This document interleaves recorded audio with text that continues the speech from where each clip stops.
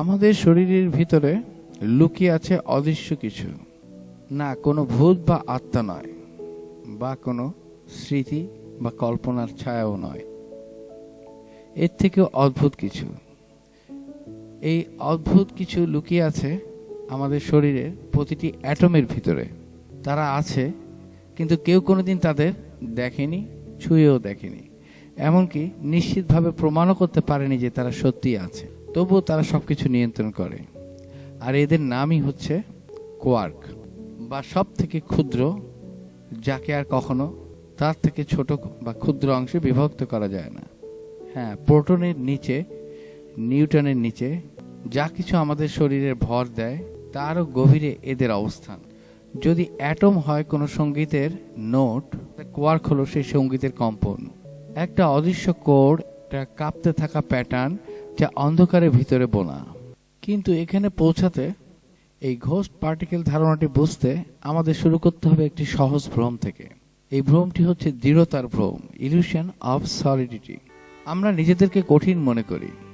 আমাদের সামনে টেবিল, পায়ের নিচের মাটি, হাতের হাড় সবকিছুই শক্ত এবং বাস্তব মনে হয়, কিন্তু এসবই আসলে আমাদের ইন্দ্রিয়ের তৈরি এক সুন্দর মিথ্যা, একটি প্রয়োজনীয় মিথ্যা, যার নাম কোয়ার্ক।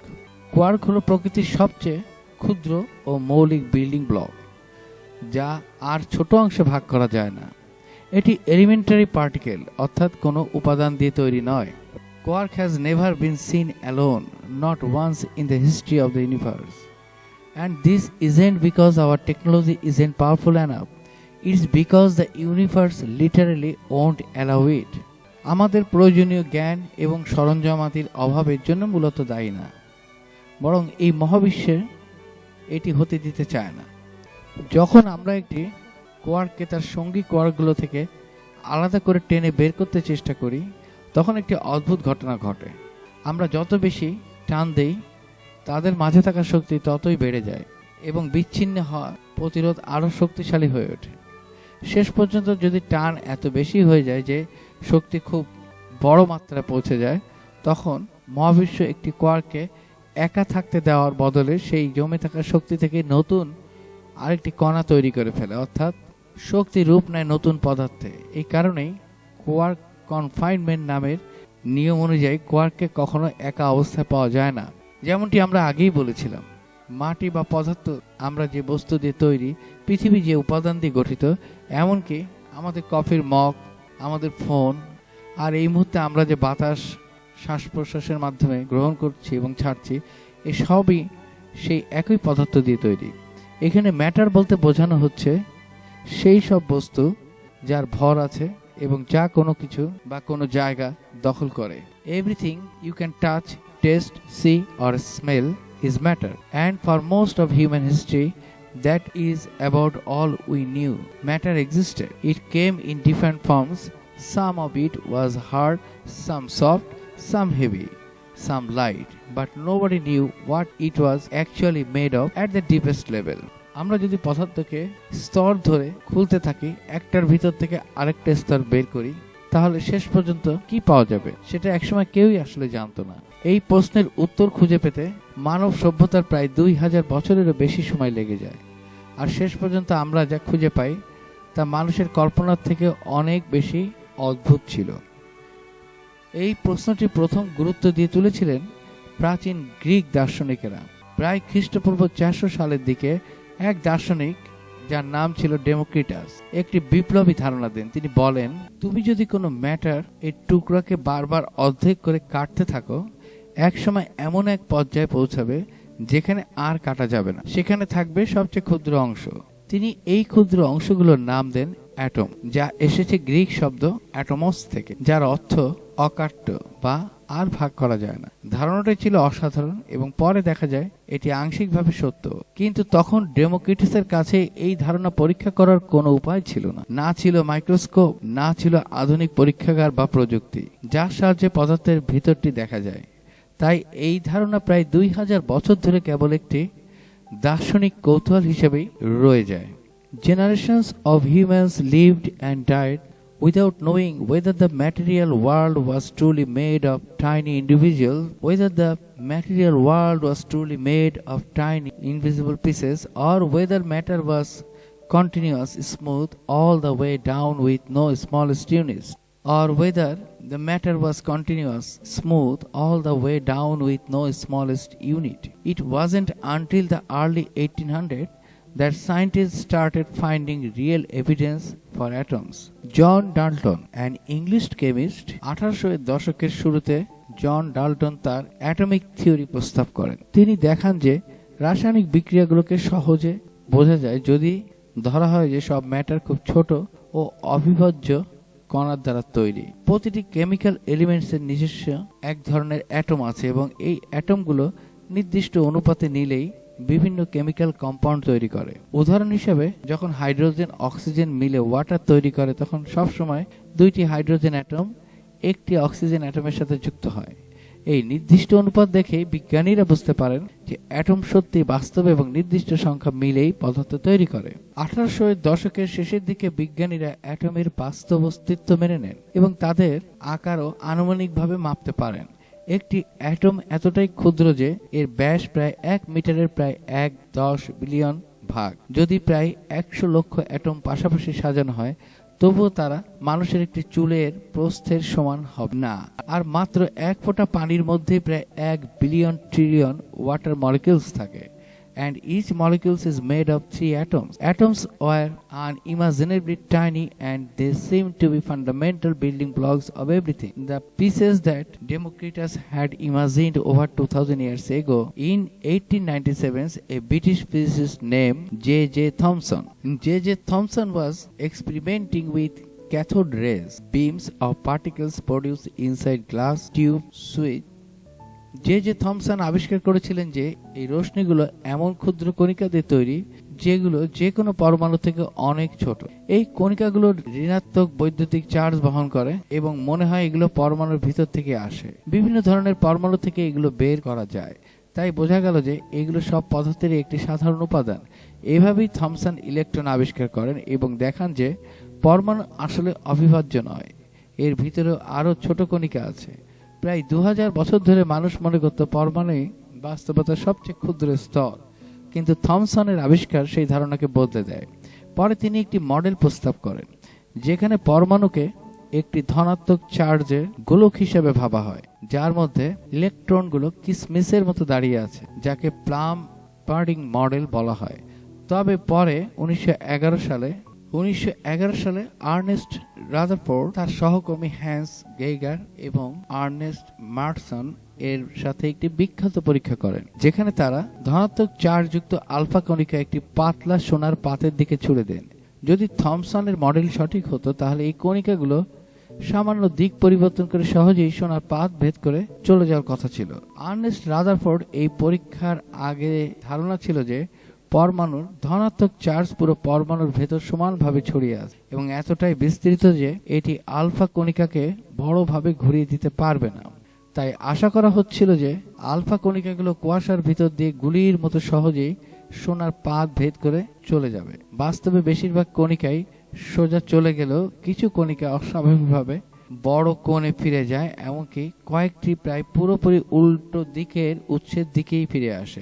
রাদারফোর্ড পরে বলেন এটি যেন টিস্যু কাগজে কামানের গোলা ছুঁড়ে মেরে সেটি আবার নিজের দিকে ফিরে আসার মতো বিস্ময়কর ব্যাপার। এতে বোঝা গেল যে সোনার পরমাণুর ভিতর কোথাও খুব ছোট কিন্তু অত্যন্ত ঘন ও ভারী কিছু আছে যা আলফা কণিকাকে থামিয়ে দিয়ে উল্টো দিকে ফিরিয়ে দিতে পারে। এই পর্যবেক্ষণ থেকে রাদারফোর্ড সিদ্ধান্তে পৌঁছান যে পরমাণুর ধনাত্মক চার্জ এবং অধিকাংশ ভর একটি অত্যন্ত ক্ষুদ্র কেন্দ্রে থাকে যাকে তিনি নিউক্লিয়াস নামে অভিহিত করেন। The vast majority of the atom was empty, completely, utterly empty. The solid matter, when we press our hand against a table, isn't actually solid at all. It's overwhelmingly empty space. What we feel as solidity is really the electromagnetic force between the electron in our hand and the electrons in the table repelling each other. If you could somehow remove all the empty space from all the atom in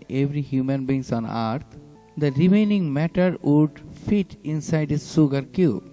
পরমাণুর ভেতরে আসলে অধিকাংশ জায়গাই ফাঁকা। যদি পৃথিবীর সব মানুষের শরীরের প্রতিটি পরমাণু থেকে সেই বিশাল ফাঁকা জায়গাগুলো কোনোভাবে সরিয়ে ফেলা যেত, তাহলে যে ঘন পদার্থটা অবশিষ্ট থাকতো তা পুরো পৃথিবীর সব মানুষের ক্ষেত্রে মাত্র একটা চিনির দানা সমান ছোট জায়গায় ধরে যেত। অর্থাৎ পরমাণুর ভিতরে কেন্দ্রে খুব ছোট একটি ঘন অংশ থাকে আর তার চারপাশে বিশাল ফাঁকা জায়গায় ইলেকট্রন ঘোরে। এই কারণেই বলা হয় যে how empty atoms are. The atoms was mostly empty space. The electrons orbited far from the central nucleus like planets orbiting a distant sun. যদি একটি পরমাণুকে আমরা বড় করে একটি ফুটবল স্টেডিয়ামের সমান ধরি, তাহলে তার মাঝখানে থাকা নিউক্লিয়াস হবে মাঠের ঠিক কেন্দ্রে রাখা একটি ছোট মার্বেলের বলের মতো। Everything else, the entire vast volume of the atom would be empty space. That's how small the nucleus is compared to the atom. And yet the nucleus contains over 99.9% of the atom total mass. Almost everything that gives matter its weight, its heft, its substance is concentrated in that tiny central point. This raised an obvious question. What was the nucleus made of? Rutherford suspected it contained positively charged particles to balance the negative charge of the electrons. In 1919, he confirmed this by performing experiments that effectively knocked particles out of atomic nuclei. He called these positively charged particles protons. A hydrogen atom, the simplest atom, had one proton in its nucleus and one electron orbiting it. Helium had 2 protons, carbon had 6, gold has 79. The number of the proton determines what elements an atom was. Change the number of protons in a nucleus and you change the element itself. তাত্ত্বিকভাবে সীসা থেকে যদি 3টি proton সরিয়ে ফেলা যায় তাহলে সেটিকে সোনাতে রূপান্তর করা সম্ভব। কিন্তু এখানে একটি সমস্যা দেখা দেয়। হিলিয়ামের মধ্যে 2টি প্রোটন থাকে, তাই ধারণা করা হয়েছিল যে এর ভর হাইড্রোজেনের দ্বিগুণ হওয়া উচিত, কিন্তু বাস্তবে দেখা গেল হিলিয়ামের ভর প্রায় 4 গুণ। কারণ হিলিয়ামের নিউক্লিয়াসের শুধু 2টি প্রোটন নয়, সাথে 2টি নিউট্রনও থাকে। Something else was in the nucleus besides protons, something with mass but no electric charge, something invisible to electromagnetic measurements but very real in its contributions to the atom's weight. তাত্ত্বিকভাবে সীসা থেকে সোনা বানানো সম্ভব হলো, বাস্তবে এটি প্রায় অসম্ভবের মতো। তার কয়েকটি বড় কারণ রয়েছে। সোনার অ্যাটমিক নাম্বার হচ্ছে 79 আর সীসার অ্যাটমিক নাম্বার 82। আলাদা কারণ তাদের প্রোটন সংখ্যা আলাদা। সোনা বানাতে হলে সীসার নিউক্লিয়াস থেকে 3টা প্রোটন সরাতে হবে, কিন্তু নিউক্লিয়াস ভাঙ্গা করা খুব কঠিন কাজ, কারণ সেখানে নিউক্লিয়ার ফোর্স শক্তিশালী। অত্যন্ত শক্তিশালী পার্টিকেল অ্যাক্সেলারেটর দরকার হবে এই ধরনের কাজ করার জন্য।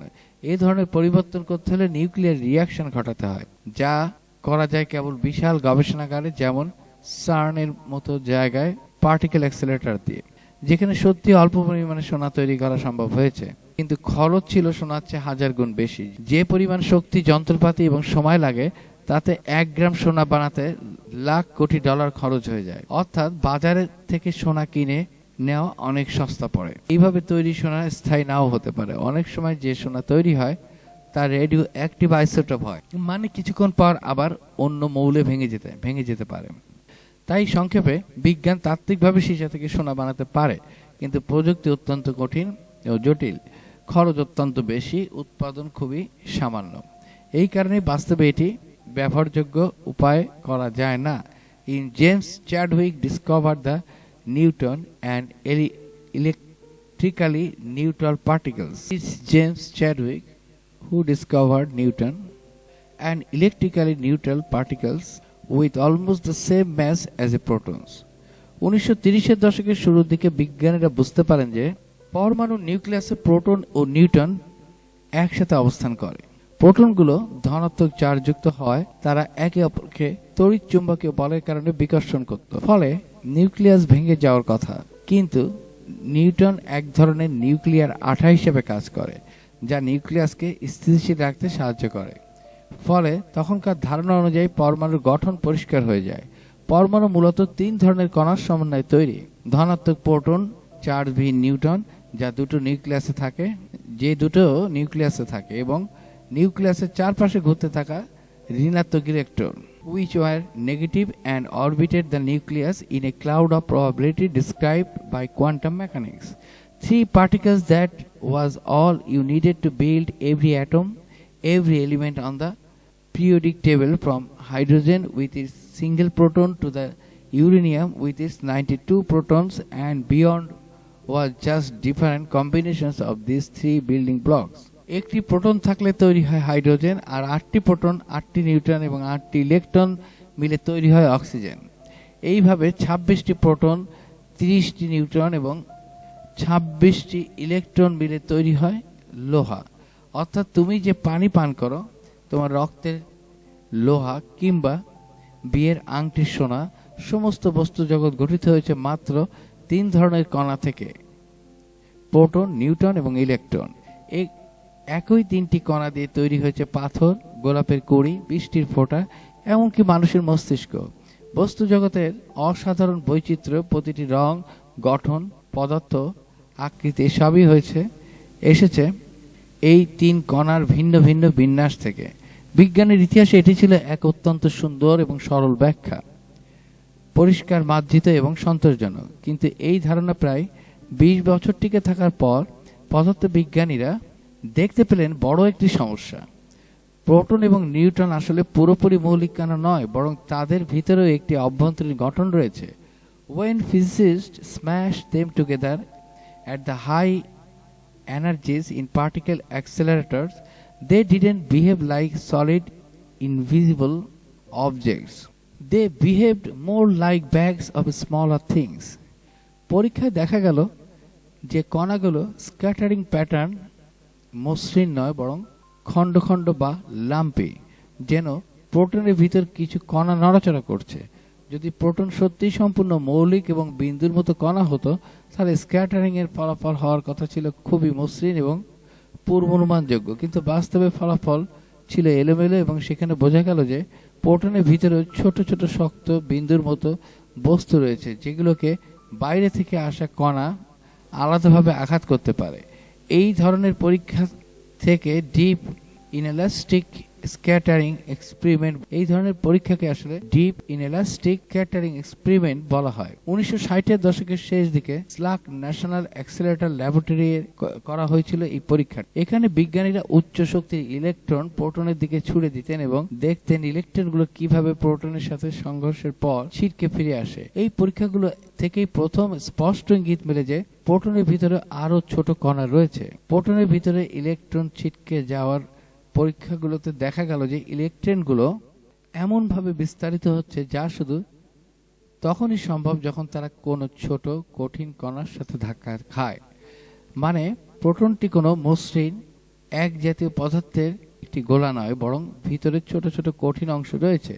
এই গুরুত্বপূর্ণ আবিষ্কারের জন্য জেরেমি ফ্রিডম্যান, হেনরি কেন্ডালিন ও রিচার্ড টেইলর নোবেল পুরস্কার পান। একই সময় একটা বড় সমস্যা সামনে আসে, নতুন নতুন কণার এক বিশাল চিড়িয়াখানা। 1940 থেকে 60-এর দশকে যত শক্তিশালী পার্টিকেল অ্যাক্সিলারেটর বানানো হচ্ছিল, ততই নতুন কণা আবিষ্কার হচ্ছিল।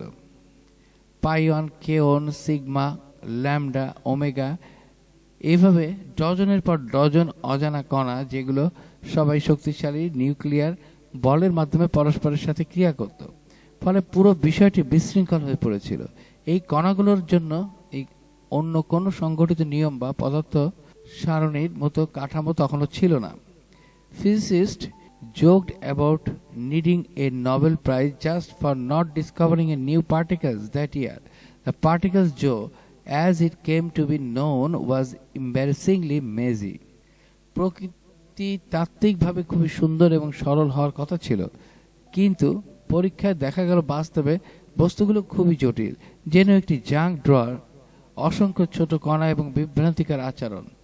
তখন বিজ্ঞানীরা বললেন, হয়তো প্রকৃতি এতই জটিল যে শত শত মৌলিক কণা আছে এবং কোনো গভীর নিয়ম নেই, অথবা এমন কিছু গভীরতর তত্ত্ব আছে যা সরল ও সহজ। ঠিক যেভাবে অ্যাটম হাজারো রাসায়নিক যৌগকে মাত্র প্রায় 90টি এলিমেন্টের কম্বিনেশনে সংক্ষেপিত করেছে। 1964 সালে দুটি পৃথক প্রস্তাব আসে মুরি জেলম্যান এবং জর্জ জুইক। তারা বললেন যে প্রোটন, নিউট্রন ও অন্যান্য উদ্ভূত কণাগুলো মৌলিক নয়, তাদেরও গঠন আছে ছোট কণার দ্বারা, যেগুলোকে কোয়ার্ক বলা হয়। জেলম্যান পার্টিকেল জুকে সাজানোর জন্য একটি ব্যবস্থা তৈরি করেছিলেন, 8-fold ওয়ে, যা কণাগুলোকে বৈশিষ্ট্যের ভিত্তিতে জ্যামিতিক প্যাটার্নে সাজায়। কিন্তু এটি শুধু বর্ণনা দিচ্ছিল, কারণ কেন এই পরমাণুগুলো আছে তা বোঝাচ্ছিল না। কোয়ার্ক মডেল একে যেই ব্যাখ্যা দেয় সেটি সকল কণা ছোট এবং কোয়ার্কের সমন্বয়ে তৈরি। কোয়ার্ক নামের উৎস জেমস জয়েসের ফাইনগ্যান্স ওয়েক থেকে 3 quarks for master mark. Proton তৈরি হয় 2টি আপ কোয়ার্ক আর একটি ডাউন কোয়ার্ক দিয়ে। এই কম্বিনেশনের কারণে প্রোটনের চার্জ হয় ধনাত্মক 1। নিউট্রন তৈরি হয় আপ কোয়ার্ক আর 2টি ডাউন কোয়ার্ক দিয়ে। এই কম্বিনেশনের কারণে নিউট্রনের চার্জ হয় 0। এইভাবে কোয়ার্ক মডেল 1 আমাদের বোঝায় যে প্রোটন এবং নিউট্রনের ভিতরে গঠন কেমন এবং কেন তাদের বৈদ্যুতিক চার্জ এমন হয়। Universe is made of atoms. Inside atoms, there are protons and neutrons. But protons and neutrons are not the smallest things. They are made of even smaller parts called quarks. Flavor, types. Physicists call the different types of quarks flavors. The most common are up, +2 charge, and down, -1 charge. There, the math of particles, proton, made of 2 up quarks and 1 down quark. That's why a proton has a+1 charge. Neutron, made of 1 up and 2 down quarks. That's why a neutron has 0 charge. 3. The particle zoo. Before quarks were discovered, scientists found hundreds of different particles and were confused. The quark model solved this by showing that all these particles are just different Lego sets made of quarks. Baryons, particles made of thin quarks like protons. Mesons, particles made of a quark and a antiquark. 4. What is an antiquark? An antiquark is like the mirror image or evil twin of a quark. It has the same mass but the opposite charge. If a quark is +2 its antiquark is -2 সহজ বাংলা ব্যাখ্যা। মূল কথা, আমরা আগে জানতাম পরমাণুর ভেতরে proton আর neutron থাকে, কিন্তু বিজ্ঞানীরা দেখলেন প্রোটন আর নিউট্রনও আসলে ছোট ছোট কিছু কণা দিয়ে তৈরি, যাদের নাম কোয়ার্ক, কোয়ার্ক। 1. কোয়ার্কের প্রকারভেদ, ফ্লেভার্স। কোয়ার্ক কয়েক ধরনের হয়। সবচেয়ে দরকারি দুটি হল আপ, এর চার্জ হল +2 ডাউন, এর চার্জ হল -1 2. কেন প্রোটনের চার্জ +1 আর নিউট্রনের 0? এটি কোনো কাকতালীয় বিষয় নয়, বরং গণিত। প্রোটন 2টি আপ আর একটি ডাউন কোয়ার্ক দিয়ে তৈরি। সব যোগ করলে হয় +1। নিউট্রন একটি আপ আর 2টি ডাউন কোয়ার্ক দিয়ে তৈরি। সব যোগ করলে হয় 0। 3. কণার চিড়িয়াখানা, দ্য জু অফ পার্টিকলস। বিজ্ঞানীরা অনেক নতুন নতুন কণা খুঁজে পাচ্ছিলেন এবং কনফিউজড হয়ে যাচ্ছিলেন। কোয়ার্ক মডেল এসে সব সহজ করে দিল। তারা দেখালো সব কোণায় কোয়ার্কের কম্বিনেশন। বারিয়নস, যারা 3টি কোয়ার্ক দিয়ে তৈরি, যেমন প্রোটন। গ্রিক শব্দ ব্যারি মানে ভারী। মেসন্স, যারা একটি কোয়ার্ক আর একটি অ্যান্টিকোয়ার্ক দিয়ে তৈরি। 4. কোয়ার্ক ও অ্যান্টিকোয়ার্ক কি? সহজ কথায়, অ্যান্টিকোয়ার্ক হল কোয়ার্কের বিপরীত রূপ। প্রতিটি জিনিসের একটা বিপরীত থাকে, যেমন পজিটিভের বিপরীত নেগেটিভ। কোয়ার্কের যা ওজন, অ্যান্টিকোয়ার্কের ওজনও তাই, কিন্তু তাদের চার্জ হয় একদম উল্টো। একটা কোয়ার্ক আর একটা অ্যান্টিকোয়ার্ক যখন একসাথে হয়, তখন তারা মেসন তৈরি করে। সহজ উদাহরণ, মনে করুন কোয়ার্ক হল লেগো ব্লকের মতো। আপনি 3টা ব্লক দিয়ে একরকম খেলনা, প্রোটন, বানাতে পারেন, আবার 2টা কোয়ার্ক প্লাস অ্যান্টিকোয়ার্ক দিয়ে অন্যরকম খেলনা, মেসন, বানাতে পারেন। এই ব্লকগুলোই পুরো মহাবিশ্ব তৈরি করেছে। তাই মহাবিশ্বে সবকিছুই খুব ছোট ছোট কণা দিয়ে তৈরি। এদের মধ্যে দুটি গুরুত্বপূর্ণ কণাই হলো কোয়ার্ক এবং অ্যান্টি কোয়ার্ক। বিজ্ঞানীরা আগে শত শত রকমের মৌলিক কণা খুঁজে পেয়েছিলেন। এত কণা দেখে তারা ভাবছিলেন ব্যাপারটা খুব জটিল, কিন্তু পরে তারা আবিষ্কার করেন এই শত শত কণা আসলে মৌলিক নয়, এগুলো কয়েকটি মাত্র মৌলিক কণা, যেমন আপ এবং ডাউন কোয়ার্কের বিভিন্ন ধরনের সমন্বয় মাত্র। ঠিক যেমন হাজার হাজার শব্দ আছে, কিন্তু সেগুলো ইংরেজি বর্ণমালার মাত্র 26টি অক্ষর দিয়েই তৈরি, তেমনি এই অসংখ্য কণা তৈরি হয়েছে মাত্র কয়েক ধরনের কোয়ার্ক দিয়ে। এই আবিষ্কার পদার্থবিজ্ঞানের এক বিশাল গোছানো রূপ এনে দিয়েছে। Over the following decades, 3 more quark flavors were discovered, bringing the total to 6. In 1974, the charm quark was found simultaneously by teams at Stanford and Brookhaven, led by Barton Richter and Samuel Ting respectively. কোয়ার্কের নতুন প্রজাতির সন্ধান, charm quark, এবং 1974 সালে বিজ্ঞানের ইতিহাসে একটি স্মরণীয় ঘটনা ঘটে। মার্কিন যুক্তরাষ্ট্রের দুইটি আলাদা দল, একটি দল ব্রুক হেভেন ন্যাশনাল ল্যাবরেটরিতে বার্টন রিক্টারের নেতৃত্বে, আরেকটা দল স্ট্যানফোর্ড লিনিয়ার অ্যাক্সেলারেটর সেন্টারে স্যামুয়েল টিং এর নেতৃত্বে সম্পূর্ণ আলাদাভাবে কাজ করছিলেন। মজার ব্যাপার হলো তারা দুজনই একই সঙ্গে একই নতুন কণা আবিষ্কার করলেন। এই নতুন কণার নাম দেওয়া হলো JPSI। এই কণাটি কি দিয়ে তৈরি? এটি তৈরি হয়েছিল একটি চার্ম কোয়ার্ক এবং একটি অ্যান্টি চার্ম কোয়ার্ক দিয়ে। এই আবিষ্কারটি এতটাই গুরুত্বপূর্ণ এবং নাটকীয় ছিল যে পদার্থবিজ্ঞানের ইতিহাসে একে নভেম্বর বিপ্লব বা নভেম্বর রিভলিউশন বলে ডাকা হয়। এই অসাধারণ কাজের স্বীকৃতি হিসাবে রিক্টার এবং টিং দুজনেই যৌথভাবে নোবেল পুরস্কার লাভ করেন। তৃতীয় প্রজন্মের কোয়ার্ক, টপ ও বটম সবচেয়ে ভারী এবং অত্যন্ত অস্থিতিশীল। আপসিলন পার্টিকেলস, এগুলোকে বলা হয় আপসিলন পার্টিকেলস। বটম ও অ্যান্টি বটম কোয়ার্ক দিয়ে, আর বি মেজন এ বটম কোয়ার্ক থাকে। টপ কোয়ার্ক এতটাই ভারী যে প্রোটনের তুলনায় প্রায় 180 গুণ। এটি তৈরি হওয়ার সাথে সাথেই ক্ষয় হয়ে যায়। এটি কখনোই অন্য কোয়ার্কের সাথে বন্ধন তৈরি করার সুযোগ পায় না, তাই সাধারণ পদার্থে আমরা শুধু আপ ও ডাউন কোয়ার্কই দেখি, আর বাকি কোয়ার্কগুলো কেবল উচ্চ শক্তির পরীক্ষাগারে পার্টিকেল অ্যাক্সেলারেটরের অল্প সময়ের জন্য উপস্থিত থাকে। তাহলে কোয়ার্ক কখনো একা থাকে না, এরা সব সময় দল বেঁধে থাকে, 2 বা 3 জনের দল। একে বলে কোয়ার্ক কনফাইনমেন্ট। এই 6 প্রজাতির কোয়ার্ক ছাড়া প্রতিটি কোয়ার্কের জন্য আছে অ্যান্টি কোয়ার্ক, যারা বিভিন্ন অ্যান্টি পার্টিকেল তৈরি করে। এটা বিজ্ঞানের সবচেয়ে বড় ধাঁধাগুলোর একটা। এর নাম ব্যারিয়ন অ্যাসিমেট্রি বা anti matter mystery. Big bang এর সময় কি হয়েছিল? প্রথম ধাপে অর্থাৎ 10⁻⁻35 সেকেন্ডে মহাবিশ্ব সৃষ্টির সময় সমান পরিমাণ ম্যাটার এবং অ্যান্টি ম্যাটার তৈরি হয়েছিল। প্রতিটি কণার জন্য একটি অ্যান্টি কণা ছিল। তখন ছিল বিশাল গরম ঘনস্রোতের মতো একটি অবস্থা, এবং অ্যানিহিলেশন শুরু হয় প্রথম কয়েক সেকেন্ডের মধ্যে, এবং মহাবিশ্ব ঠান্ডা হতে শুরু করলো। পদার্থ এবং অ্যান্টি পদার্থ পরস্পরের সাথে মিলে ধ্বংস হতে শুরু করলো। প্রতিটি জোড়া ধ্বংস হয়ে ফোটন তৈরি করলো, বা ফোটন বা আলো তৈরি করলো। তৃতীয় ধাপ, এখানে একটি অদ্ভুত ব্যাপার ঘটে। এখানে অদ্ভুত ব্যাপার যেটি ঘটে সেটি হচ্ছে, যদি ম্যাটার এবং অ্যান্টি ম্যাটার পুরোপুরি সমান থাকতো তাহলে সবকিছুই ধ্বংস হয়ে যেত এবং মহাবিশ্বে শুধু ফোটন কণাই অবশিষ্ট থাকতো, অর্থাৎ আলোর কণা অবশিষ্ট থাকতো। কিন্তু আমরা আছি, তার মানে পদার্থ ছিল 1 বিলিয়ন একটি কণা এবং অ্যান্টি পদার্থ ছিল 1 বিলিয়নটি কণা, অর্থাৎ প্রতি বিলিয়ন অ্যান্টি কণার জন্য 1 বিলিয়ন প্লাস একটি কণা ছিল।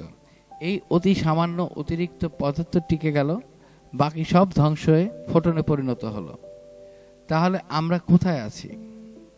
আমরা সেই অতি সামান্য অতিরিক্ত পদার্থ দিয়ে গঠিত হয়ে বর্তমান মহাবিশ্বে বসবাস করছি। আমাদের শরীর, এই পৃথিবী, সূর্য, গ্যালাক্সি সবই এই অতিরিক্ত অংশ। বাকি সব অ্যান্টি পদার্থ মাধ্যমে ধ্বংস হয়ে গিয়েছে। বিজ্ঞানীদের কিছু সম্ভাব্য ব্যাখ্যা, তার মধ্যে আছে সিপি ভায়োলেশন।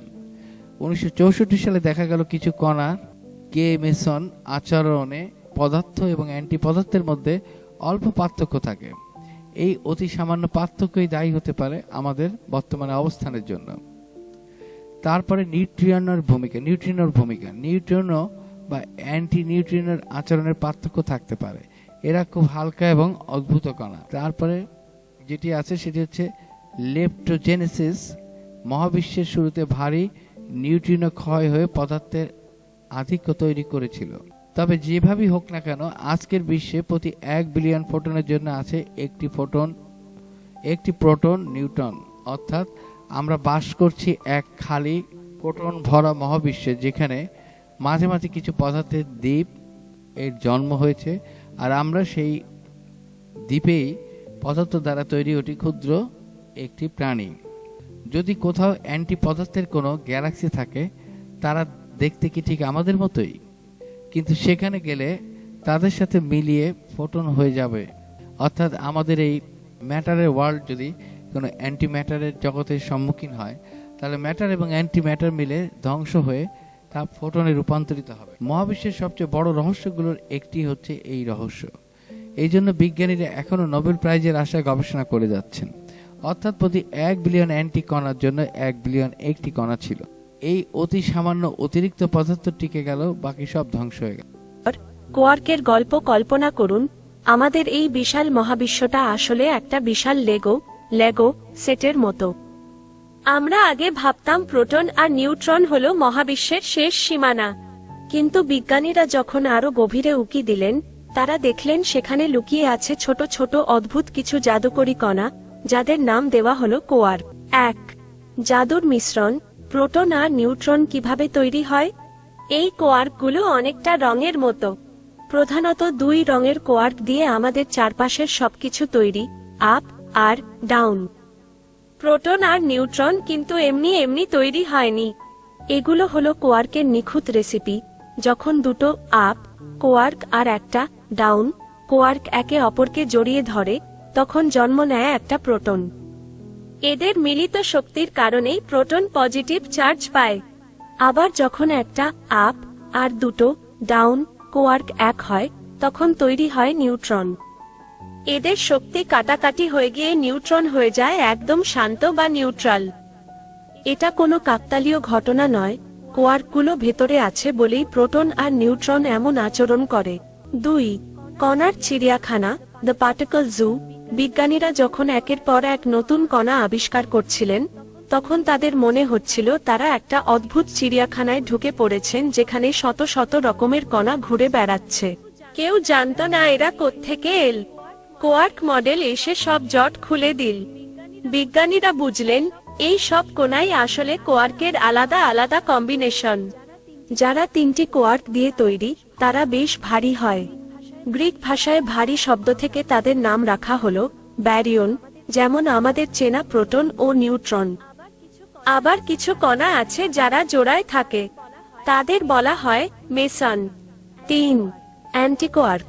কোয়ার্কের ছায়া সঙ্গী। এখন প্রশ্ন আসতে পারে, এই মেসন জোড়াগুলো তৈরি হয় কিভাবে? এখানেই পরিচয় হয় অ্যান্টিকোয়ার্ক এর সাথে। অ্যান্টিকোয়ার্ক হলো কোয়ার্কের একদম হুবহু আয়নার প্রতিবিম্ব বা ছায়ার মতো।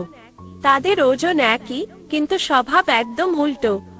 যদি কোয়ার্ক হয় আলো, তবে অ্যান্টিকোয়ার্ক হলো তার ছায়া। যখন একটি কোয়ার্ক আর একটি অ্যান্টিকোয়ার্ক হাত ধরাধরি করে নাচে, তখন তৈরি হয় ওই মেসন কণাগুলো। গল্পের সার কথা, আমাদের এই পৃথিবীটা আসলে কোয়ার্ক নামের ছোট্ট কিছু কারিগরের খেলা। তারা কখনো 3 জন মিলে শক্ত দল ব্যারিয়ন বানায়, আবার কখনো ছায়া সঙ্গীকে নিয়ে জোড়ায় জোড়ায় মেসন। মহাবিশ্বের নিয়ম বলে কোয়ার্ক সবসময় অন্যান্য কোয়ার্ক বা অ্যান্টি কোয়ার্কের সাথে বাধা অবস্থায় থাকবে। এটি শক্তির সংরক্ষণের মতো মৌলিক, আলোর গতির মতো অলঙ্ঘনীয়। একটু ভাবুন, এমন এক বিল্ডিং ব্লক যা দিয়ে সবকিছু তৈরি করা যায়, কিন্তু সেই ব্লকগুলো কখনো একা থাকতে পারে না। আমরা ঘর, বাড়ি, সেতু সবকিছু তৈরি করতে পারি, কিন্তু একটি মাত্র বিষয়, যা অর্থাৎ ব্লক আলাদা করতে গেলেই মহাবিশ্ব তা প্রতিরোধ করবে। এটাই কোয়ার্কের সবচেয়ে বড় রহস্য। কোয়ার্ক বনাম ফোটন। কোয়ার্কের আছে অ্যান্টিফর্ম, অ্যাপের আছে অ্যান্টি অ্যাপ, ডাউনের আছে anti down.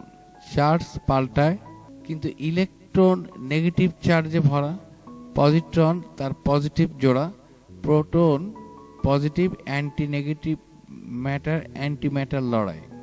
But photons are completely different. Yes, their charge is zero. That's the trend. Why need a separate antiform? They are their own. That's the norm. Why? Why this happened? If charge exists, anti is differentiation. If charge is zero, you are your own twine. Photons, self antiparticles. That's the win. This truth is deep, this truth is real. The way nature works has appeal, no separate twin, no opposite face, just photon itself in time and space. Glutons, G bosons, gravitons too. They are their own anti, it's true. And creating photon is their fate, if photons are their own antiforms. That's nature's greatest, strangest storm. Photon আসলে একটি অত্যন্ত মৌলিক কণা যা তড়িৎ চুম্বক শক্তি অর্থাৎ electromagnetic energy বহন করে। আমরা বর্তমানে ফোটনের 6টি পরিচিত রূপ জানি: রেডিও তরঙ্গ, মাইক্রোওয়েভ, ইনফ্রারেড, দৃশ্যমান আলো এবং আল্ট্রাভায়োলেট বা ইউভি রে, এক্স রে এবং গামা রে। এই 6টি মূলভাবে পরিচিত, তবে এগুলো একে অপরের ধারাবাহিক অংশ মাত্র। বিজ্ঞানীরা ভাবছেন এই পরিচিত স্পেকট্রামের বাইরে বা আরও শক্তিশালী দুর্বল এনার্জি স্কেলে ফোটনের নতুন রূপ থাকলেও থাকতে পারে, যেমন আল্ট্রা হাই এনার্জি ফোটন বা হাইপোথেটিক্যাল ডার্ক ফোটন, যা এখনো আমাদের ডিটেকশন ডিজাইন বা পরীক্ষায় ধরা যায়নি। অর্থাৎ ফোটনের এই 6 পরিচিত রূপের পরে এখনো কোনো অজানা বা আনডিসকভার্ড রূপ থাকতে পারে যা আমাদের কারেন্ট নলেজের বাইরে, এবং ভবিষ্যতে এটি আবিষ্কৃত হলে ফোটনের প্রকৃতি ও মহাবিশ্বের রহস্য আরো গভীরভাবে পরিষ্কার হবে। কোয়ার্ককে আলাদা করে বের করা যায় না। এটি এমন কোনো শক্তির বিষয় না যেটার বিরুদ্ধে অনেক এনার্জি দিয়ে লড়াই করা যায়, বরং এটি প্রকৃতির একেবারে মৌলিক নিয়ম। যেমন আলোর গতির চেয়ে দ্রুত ভ্রমণ করা অসম্ভব, কোয়ার্ক ঠিক তেমনই আচরণ করে। কোয়ার্ক হলো মহাবিশ্বের সব দৃশ্যমান বস্তুর মৌলিক নির্মাণ উপাদান। তো আমাদের শরীরের প্রতিটি পরমাণু প্রোটনের ভিতরে কোয়ার্ক আছে, একইভাবে প্রতিটি নিউট্রনের ভিতরে কোয়ার্ক রয়েছে। তারকা, গ্যালাক্সি, পুরো দৃশ্যমান মহাবিশ্বের সব জায়গায় অর্থাৎ কোয়ার্ক অত্যন্ত প্রচুর পরিমাণে আছে। কিন্তু আশ্চর্যের বিষয় হলো একটিও কোয়ার্ক কখনো একা অবস্থায় দেখা যায়নি। বিজ্ঞানের ইতিহাসে কোনো পরীক্ষায় কখনো একটি কোয়ার্ককে আলাদা অবস্থায় ধরা যায়নি। এটি বোঝার জন্য কোনো মৌলিক কণার সঙ্গে তুলনা করলে বিষয়টা আরো অদ্ভুত লাগে। যেমন ইলেকট্রন একা থাকতে পারে, বিজ্ঞানীরা চাইলে একটি ইলেকট্রনকে আলাদা করে ম্যাগনেটিক ফিল্ডে আটকে রেখে দীর্ঘ সময় ধরে গবেষণা করতে পারেন। ইলেকট্রন বিম পুরনো টিভি স্ক্রিন, ইলেকট্রন মাইক্রোস্কোপ বা চিকিৎসা যন্ত্রে ব্যবহৃত হয়। ফোটন বা আলোর কণাও স্বাধীনভাবে থাকে। যেমন আমরা বাতি জ্বালালে অসংখ্য ফোটন ঘরে ছড়িয়ে পড়ে, প্রতিটি আলোর গতিতে চলা আলাদা কণা। এমনকি নিউট্রিনো নামের প্রায় অদৃশ্য কণা একা একা পুরো মহাবিশ্ব পাড়ি দেয়। কিন্তু কোয়ার্ক আলাদা, তারা একা থাকতে পারে না, তারা সবসময় অন্য কোয়ার্কের সাথে স্থায়ীভাবে বাঁধা থাকে। আর এই বাঁধনের কারণ হলো প্রকৃতির এক শক্তিশালী বল, যাকে বলা হয় স্ট্রং নিউক্লিয়ার ফোর্স, যার তত্ত্বের নাম কোয়ান্টাম ক্রোমোডাইনামিক্স। গ্র্যাভিটি বা মহাকর্ষের প্রভাব সত্যি গুরুত্বপূর্ণ হয়ে ওঠে তখনই যখন কোনো বস্তুর ভর খুব বেশি হয়, যেমন গ্রহ, নক্ষত্র বা গ্যালাক্সি। কিন্তু যদি আমরা একেবারে ক্ষুদ্র কণার স্তরে যাই, তখন গ্র্যাভিটির প্রভাব প্রায় নগণ্য হয়ে যায়, এতটাই দুর্বল যে কণার পারস্পরিক ক্রিয়া নিয়ে গবেষণা করার সময় পদার্থবিদরা অনেক ক্ষেত্রে এটিকে পুরোপুরি উপেক্ষা করেন, কারণ অন্য মৌলিক কণাগুলোর তুলনায় এর প্রভাব অত্যন্ত ক্ষুদ্র। অন্যদিকে ইলেকট্রোম্যাগনেটিজম হলো এমন একটি বল যার সাথে আমরা প্রায় সব সময় মিথস্ক্রিয়া করছি, যদিও হয়তো সেটা বুঝতে পারা যায় না। আমরা যখন আলো দেখি সেটি ইলেকট্রোম্যাগনেটিক বলের ফল। যখন কোনো কিছু শক্ত বা কঠিন অনুভূতি পাই, তখন আমরা ত্বকের ইলেকট্রন এবং সেই বস্তুর ইলেকট্রনের মধ্যে ইলেকট্রোম্যাগনেটিক বিকর্ষণ কাজ করে। আমরা যখন কোনো জিনিস হাতে ধরি তখন ঘর্ষণ এবং অন্যান্য বলও মূলত ইলেকট্রোম্যাগনেটিক। আসলে রসায়নের প্রায় সবকিছুই এই বলের উপর নির্ভরশীল। পরমাণুর মধ্যে বন্ধন, শরীরের বিপাক ক্রিয়া, ডিএনএ এর গঠন, এমনকি মস্তিষ্কের বৈদ্যুতিক সংকেত, আলো, রেডিও তরঙ্গ ও মাইক্রোওয়েভ, এক্স রে সবই ইলেকট্রোম্যাগনেটিক বিকিরণ। পার্থক্য শুধু তাদের তরঙ্গ দৈর্ঘ্য এবং ফ্রিকোয়েন্সিতে।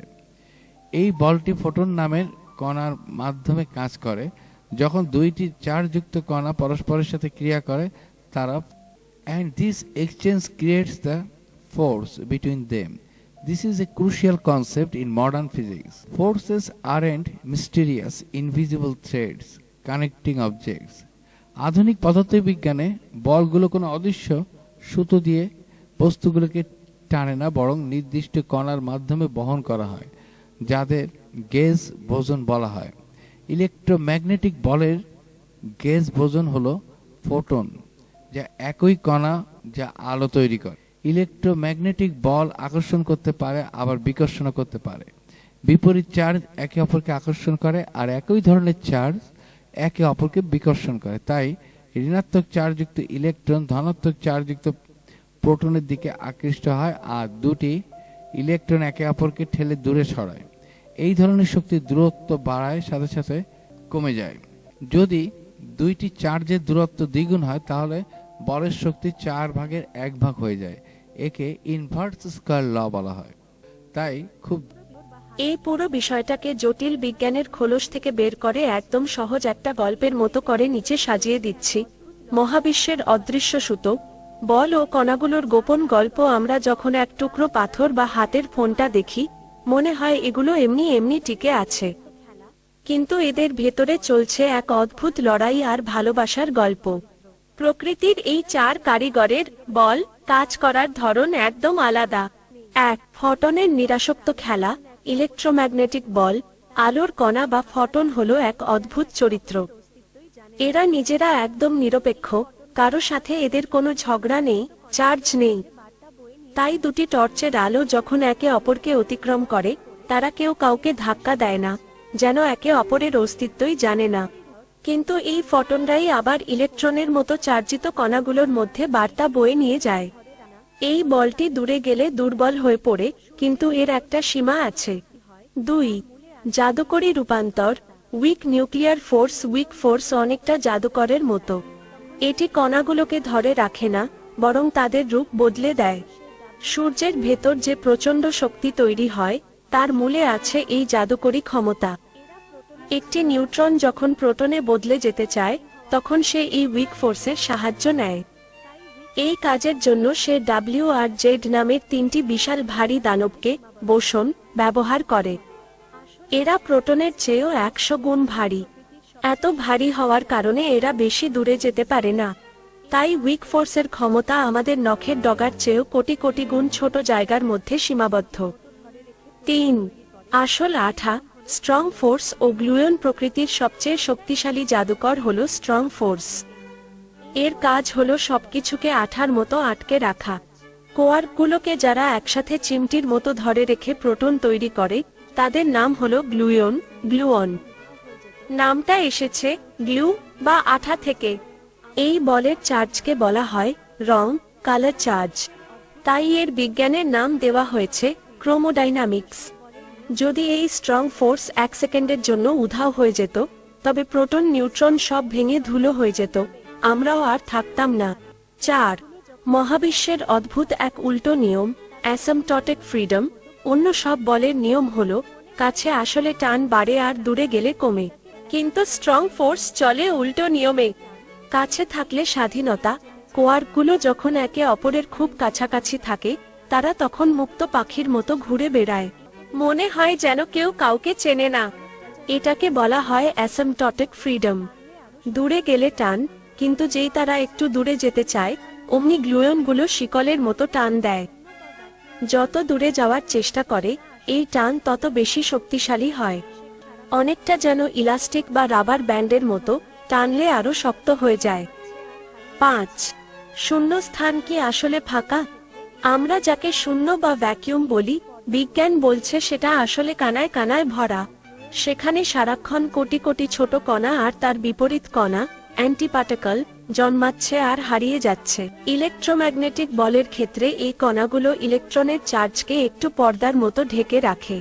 কিন্তু স্ট্রং ফোর্সের গ্লুয়নগুলো এতই চতুর যে তারা আড়াল করার বদলে চার্জের শক্তিকে উল্টো বাড়িয়ে দেয়। গল্পের সার কথা, ফটনরা একে অপরকে পাশ কাটিয়ে যায় নীরব। কোয়ার্কগুলোকে প্রোটনের ভিতরে খুব শক্তভাবে বাধা থাকার কথা ছিল, কারণ স্ট্রং ফোর্স অত্যন্ত শক্তিশালী। কিন্তু পরীক্ষায় দেখা গেল কোয়ার্কগুলো যেন প্রায় স্বাধীন কণার মতো আচরণ করছে। তাহলে এমন কেন হলো? এর উত্তর দেয় অ্যাসিম্পটোটিক ফ্রিডম। খুব ছোট দূরত্বে, বিশেষ করে উচ্চ শক্তির সংঘর্ষে যখন কণাগুলো পরীক্ষা করা হয় তখন স্ট্রং ফোর্স দুর্বল হয়ে যায়। ফলে খুব কাছাকাছি থাকা কোয়ার্কগুলো প্রায় কোনো শক্তিশালী বলই অনুভব করে না এবং তারা প্রোটনের ভিতরে প্রায় স্বাধীন কণার মতো নড়াচড়া করে। এই কারণে ডিপ ইনএলাস্টিক স্ক্যাটারিং পরীক্ষায় কোয়ার্কগুলো প্রায় মুক্ত কণার মতোই দেখা গিয়েছিল। কিন্তু কোয়ার্কগুলোর মধ্যে দূরত্ব বাড়তে শুরু করলে স্ট্রং ফোর্স দ্রুত এবং সীমাহীনভাবে শক্তিশালী হয়ে ওঠে। যত বেশি তুমি দুইটি কোয়ার্ককে আলাদা করতে চাও, তত বেশি শক্তি দিয়ে এই বল তাদের আবার একসাথে টেনে আনে। বিষয়টি বোঝানোর জন্য বিজ্ঞানীরা কখনো কখনো স্প্রিং এর উদাহরণ দেন। ধরো দুইটি কোয়ার্ক একটি স্প্রিং দিয়ে যুক্ত আছে। সাধারণ স্প্রিং টানলে ধীরে ধীরে বেশি শক্তি দিয়ে টানে, কিন্তু একসময় সেটি ছিঁড়ে যায়। কিন্তু স্ট্রং ফোর্সের ক্ষেত্রে এমন কোনো ভাঙার সীমা নেই। তুমি যতই দূরে টানবে বল ততই বাড়তে থাকবে এবং স্প্রিং এর মতো হঠাৎ ছিঁড়ে। আপনার দেওয়া এই দারুণ বৈজ্ঞানিক তথ্যগুলোকে আমি আরো সহজ করে একটি গল্পের মতো সাজিয়ে দিচ্ছি। এটি আপনাকে বুঝতে সাহায্য করবে কেন কোয়ার্কগুলো একে অপরের সাথে আঠার মতো লেগে থাকে। মহাবিশ্বের অজেয় শিকল, কোয়ার্ক ও গ্লুনের অবিশ্বাস্য গল্প। 1. Flux tube. 14 টনের অদৃশ্য দড়ি কল্পনা করুন। দুটি কোয়ার্কের মাঝে একটি রাবার ব্যান্ড আছে। আমরা যদি দুটি ইলেকট্রনকে দূরে টানি, তাদের মাঝের বলটি বাতাসের মতো ছড়িয়ে পড়ে এবং একসময় দুর্বল হয়ে যায়। ফলে আমরা চাইলে ইলেকট্রনকে পরমাণু থেকে আলাদা করতে পারি। কিন্তু কোয়ার্কের ক্ষেত্রে নিয়মটা একদম আলাদা। এদের মাঝের বলটি, স্ট্রং ফোর্স, ছড়িয়ে যায় না, বরং এটি সরু একটি নলের মতো চেপে থাকে, যাকে বলা হয় ফ্লাক্স টিউব। আপনি যত বেশি কোয়ার্কগুলোকে দূরে টানবেন, এই নলের ভেতরের শক্তি তত বাড়বে। এই শক্তি কতটা? মাত্র 1 ফেমটোমিটার, পরমাণুর চেয়েও কোটি কোটি গুণ ছোট। দূরত্বে এই টান প্রায় 14 টনের সমান। অর্থাৎ একটা প্রোটনের ভেতর দাঁড়িয়ে ছোট দুটি কণা একে অপরকে 14 টন শক্তিতে টেনে ধরে আছে। কেন কোয়ার্ককে কখনো একা করা যায় না? ইলেকট্রনকে শক্তি দিলে সে মুক্তি পায়, কিন্তু কোয়ার্ককে মুক্তি দেওয়ার মতো শক্তি এই মহাবিশ্বে নেই। কারণ এদের দূরে সরাতে গেলে অসীম শক্তির প্রয়োজন হয়। যত দূরে টানবেন এই শক্তির শিকল তত বেশি মজবুত হবে। তাই কোয়ার্ক সবসময় দলবদ্ধ, কনফাইন্ড অবস্থায় থাকে, কখনো একা ঘুরে বেড়াতে পারে না। 8টি গ্লুয়ন ও রঙের খেলা, দ্য কালার শাফল। ফটন বা আলোর কণা যেমন একাই সব সামলায়, স্ট্রং ফোর্সের ক্ষেত্রে তেমনটি নয়। এখানে রয়েছে 8টি আলাদা গ্লুয়ন। এই গ্লুয়নগুলো কোয়ার্কের মধ্যে রং, রেড, গ্রিন, ব্লু আদান প্রদান করে। এটা অনেকটা এক অদ্ভুত তাসের খেলার মতো। প্রোটনের ভেতরে 3টি কোয়ার্ক আছে, লাল, সবুজ আর নীল। এরা মিলেমিশে সাদা বা নিরপেক্ষ হয়ে থাকে। কিন্তু গ্লুয়নগুলো যখন এক কোয়ার্ক থেকে অন্য কোয়ার্কের কাছে যায়, তখন সে ওই কোয়ার্কের রং বদলে দেয়। ধরুন লাল কোয়ার্কটি একটি গ্লুয়ন ছেড়ে দিয়ে নীল হয়ে গেল। পাশের নীল কোয়ার্কটি সেই গ্লুয়ন গ্রহণ করে লাল হয়ে গেল। এই বদলা বদলি এত দ্রুত চলে যে এক মুহূর্ত পর পর কোয়ার্কগুলোর রং পাল্টে যায়, কিন্তু সবসময় যোগফল সেই একই থাকে। গ্লুনের গোলকধাঁধা সবচেয়ে অদ্ভুত ব্যাপার হলো, গ্লুনরা শুধু কোয়ার্ককে টানে না, তারা নিজেদেরও টানে। একটি গ্লুয়ন চলার পথে হুট করে দুটি গ্লুনে ভাগ হয়ে যেতে পারে, আবার তারা মিলেমিশে এক হয়ে যেতে পারে। ফলে প্রোটনের ভেতরে শুধু 3টি কোয়ার্কই নেই, বরং সেখানে গ্লুয়নগুলোর এক বিশাল এবং জটিল চলছে।